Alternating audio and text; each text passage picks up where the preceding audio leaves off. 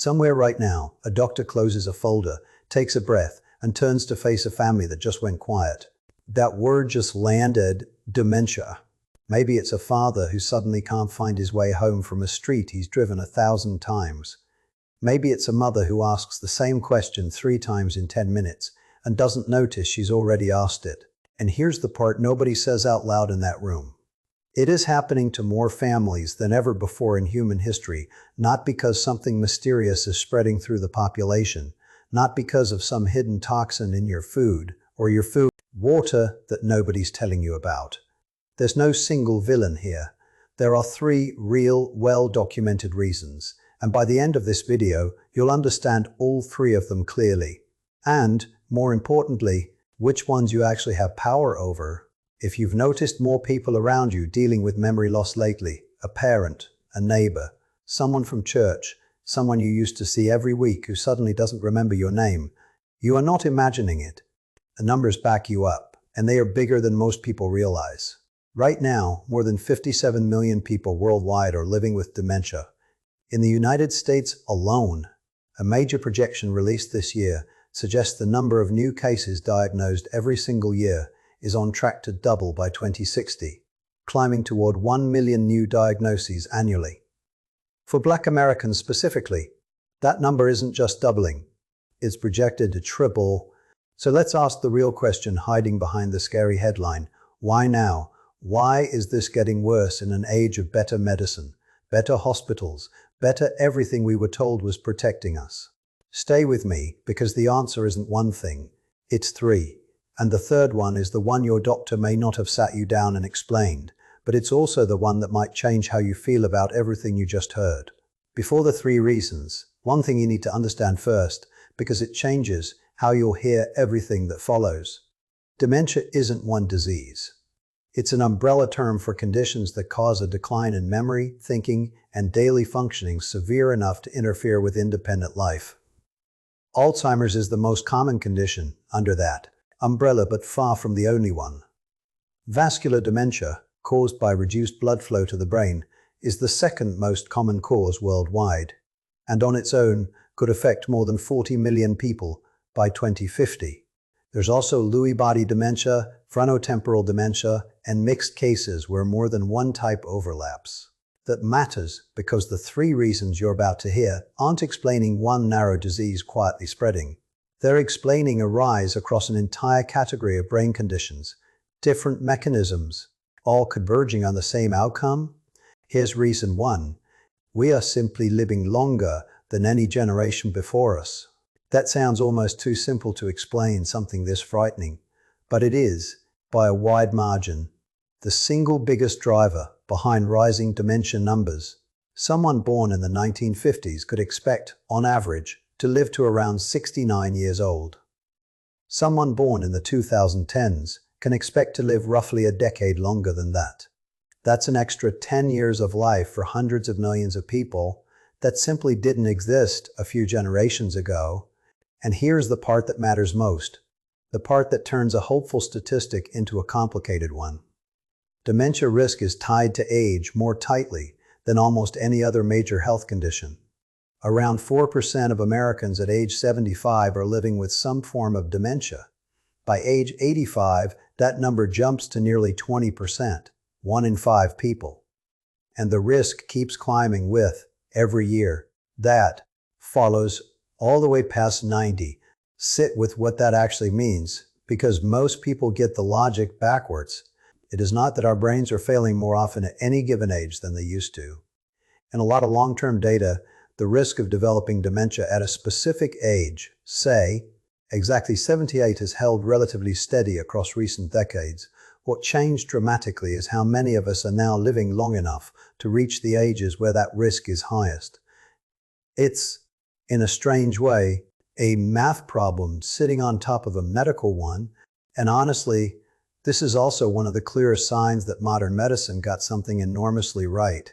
We spent 60 years learning to keep hearts beating longer, catch cancers earlier, survive infections that used to be fatal outright. We just haven't caught up yet on protecting the one organ that has to carry us through all those extra years we bought ourselves, the brain. That gap is quietly where a huge share of today's rising numbers is coming from. There's another layer worth sitting with. Risk doesn't rise in a gentle, straight line as we age. It accelerates. The jump from 75 to 85 isn't a bit more risk. It's roughly a 5-fold increase. That kind of curve means even small increases in average lifespan can translate into disproportionately large increases in the total number of dementia cases. A society doesn't need dramatically longer lives to see dramatically more cases. It just needs enough people crossing that steep part of the curve, and right now more people are crossing it than at any point in recorded history. Here's what makes this reason different from the other two. You cannot control it. Nobody can. Living a long life is, by every measure that matters, a good problem to have. But it does mean more of us will spend more years in the window where dementia risk is real, which is exactly why the next reason matters so much. Reason 1, you can't touch. Reason 2 is different. Reason 2 is, in large part, a story being written right now by choices being made today, whether you realize it or not, whether you're 35 or 75. Modern life is quietly stacking the odds against us. In 2024, the Lancet Commission, one of the most respected, most cited bodies in dementia research anywhere in the world, published a major update naming 14 modifiable risk factors for dementia. Not genetics, not simply bad luck. Modifiable, meaning changeable, meaning, at least in part, preventable. Together, researchers estimate these 14 factors account for roughly 45% of dementia cases worldwide. Very close to half. Read that back for a second. Nearly half of dementia cases worldwide tied to factors that are, at least theoretically, within our control. So what's actually on that list? Some of it you'd expect. The usual suspects from any health video: smoking, high blood pressure, diabetes, too little physical activity, excessive alcohol use, obesity. But sitting right alongside them are things that sound almost unrelated to memory at first glance. Hearing loss, untreated vision problems, high LDL cholesterol, the kind most people just call bad cholesterol, depression, low levels of education earlier in life, traumatic brain injury, infrequent social contact, long-term exposure to air pollution, two of the newest additions to the list, added only recently as the supporting evidence grew strong enough, are untreated vision loss and elevated LDL cholesterol. Here's why this matters more than a passing mention deserves. Many of these risk factors have become more common in modern daily life, not less, over the last few decades. Obesity rates have climbed steadily across most of the world. Physical activity has dropped as work, transportation, and entertainment all became more sedentary. Diets have shifted further toward heavily processed food, often at the direct expense of the nutrients that support long-term brain health. And here's a connection almost nobody talks about, even though the research on it is remarkably strong. Hearing loss, it's one of the single strongest modifiable risk factors on that entire list, and it's also the one people take least seriously. It often goes untreated for years, sometimes decades, because people assume it's just a normal, harmless part of getting older. Not urgent, not worth the cost or the hassle of a hearing aid. But the research suggests otherwise. Untreated hearing loss appears to accelerate cognitive decline, likely because it quietly starves the brain of the social engagement and stimulation it needs to stay sharp. When conversations become exhausting to follow, people withdraw from them, and isolation itself is also asterisk on that list of 14 factors. Untreated hearing loss doesn't sit there quietly. It can pull a second risk factor along with it. The same pattern shows up with vision, with depression, with isolation. None of these feel like brain diseases in the moment. They feel like small, manageable inconveniences of getting older, but stacked together year after year. They appear to add up to something the brain simply cannot shrug off. These risk factors also don't fall evenly across every community. In the United States, researchers have consistently found that people with less access to high-quality education, healthy food, and safe places to exercise carry a measurably higher dementia risk, a gap that tracks closely with existing disparities in income and healthcare access. This is part of why the projected rise isn't uniform across every group, and why that tripling projection for Black Americans specifically isn't random. It tells researchers something important. This isn't only a story about individual willpower. It's also a story about which communities have had the resources to protect their brain health over a lifetime and which haven't. The uncomfortable truth underneath all of this is that our bodies have adapted to survive longer than ever, but our daily habits and our healthcare systems haven't caught up fast enough to protect the organ that now has to last us through those extra years. That mismatch, more than any single villain, is quietly reason number 2. So 2 reasons down: time and modern life. But there's a third force at work here, and it's the one that might actually make you feel better about these numbers, not worse. Stay through this next part, because it will change how you read every scary dementia headline you come across. After this one, we are finally getting better at finding it. This third reason rarely makes it into headlines, because it doesn't sound nearly as dramatic as the first 2, but it's real, it's well documented, and it's essential context for everything you've just heard. Because without it, the picture stays incomplete.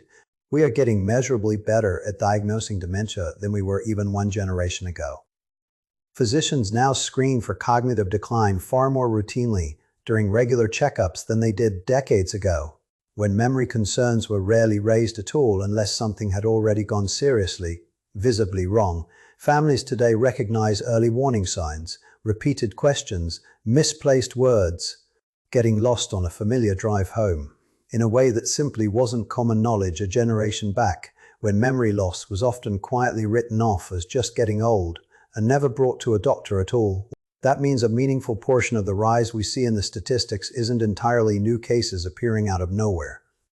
It's, in part, existing cases finally being counted, named, and supported cases that a generation ago would have gone undiagnosed for years and unsupported by any formal system of care. And detection is starting to open doors nobody expected even a few years ago. In 2025, researchers from Stanford published a striking finding in the journal Nature. They used a natural experiment built around a shingles vaccination program in Wales, where eligibility was decided almost randomly by whether someone was born just before or just after a specific date. That setup lets researchers compare 2 groups who are statistically nearly identical in every other way, about as close as you can get to a real clinical trial without running one. What they found: people who received the shingles vaccine were roughly 20% less likely to develop dementia over the following 7 years. Because of that eligibility cutoff, this wasn't just the usual healthier people get more vaccines pattern that muddies a lot of health research. It's some of the strongest evidence yet that a vaccine already sitting in pharmacies could meaningfully lower dementia risk. To be clear, this is still early. It's not a treatment, and no doctor is prescribing a shingles shot as dementia prevention, but it's exactly the kind of unexpected thread that better detection and better research infrastructure are now able to follow all the way through. One earlier generations of medicine would have completely missed. This isn't a reason to relax, and it should never be used to wave away the seriousness of what's actually happening. But it is a reason for a small, genuine dose of hope tucked inside an otherwise frightening headline. Better detection means earlier conversations. Earlier conversations mean earlier planning, earlier support systems, and in some cases, earlier access to treatments and clinical trials that can meaningfully change the day-to-day experience of both patients and the families caring for them. So here's where this stops being just a set of frightening numbers and starts being something you can genuinely use in your own life. You cannot control how long you live, and you cannot stop time from moving forward. Nobody can. But look back at reason number 2 for a moment, because that's the one written, at least in part, by daily choices. Starting today, not someday, not when things slow down, not next year. Manage blood pressure consistently, not just when you happen to remember to. Get a hearing test if conversations have started slipping past you, and if a hearing aid gets recommended, actually wear it, rather than letting it sit unused in a drawer. Stay genuinely connected to other people instead of quietly drifting into isolation. Pick up the phone. Keep the standing lunch. Show up to the thing you'd normally skip. Move your body most days, even if that just means a daily walk. Protect your vision and your cardiovascular health with the same seriousness you'd give any other major health decision. None of these are guarantees. Nothing in medicine ever is, and anyone who tells you otherwise is selling you something. But researchers now believe seriously addressing these 14 modifiable factors together could prevent or meaningful delay a significant share of dementia cases worldwide. Evidence strong enough that it has genuinely reshaped how public health experts talk about brain aging. That's not a small claim. Think about what it actually implies. This isn't a disease where prevention is a total mystery, where scientists are just hoping for a breakthrough drug to arrive someday. Real, identifiable, everyday factors are already on the table, documented and understood. That doesn't make prevention easy.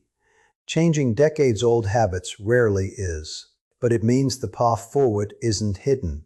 It's known, and for the most part it doesn't require anything exotic, just consistency, starting wherever you happen to be right now. It also means this isn't only a conversation for people already worried about their own memory. If you're watching this with parents still in the picture, or if you're the one your own children quietly check in on, this applies at every stage of life. Brain health isn't something that starts mattering at 65.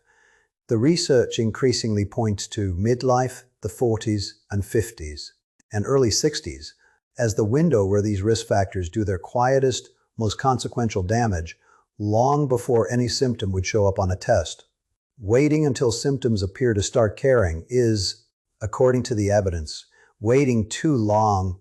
And if you've noticed early signs in yourself or someone you love, memory that feels different, confusion that wasn't there before, a personality that seems subtly changed, please do not wait it out hoping it passes on its own. Early conversations with a doctor tend to lead to earlier planning and more good years together. This video shares research to help you understand the bigger picture. It is not a diagnosis, and it is never a substitute for talking to a medical professional who knows your history and can examine you directly. Dementia is rising. That part is true, and it deserves to be taken seriously, not with panic, but with clear eyes and real understanding.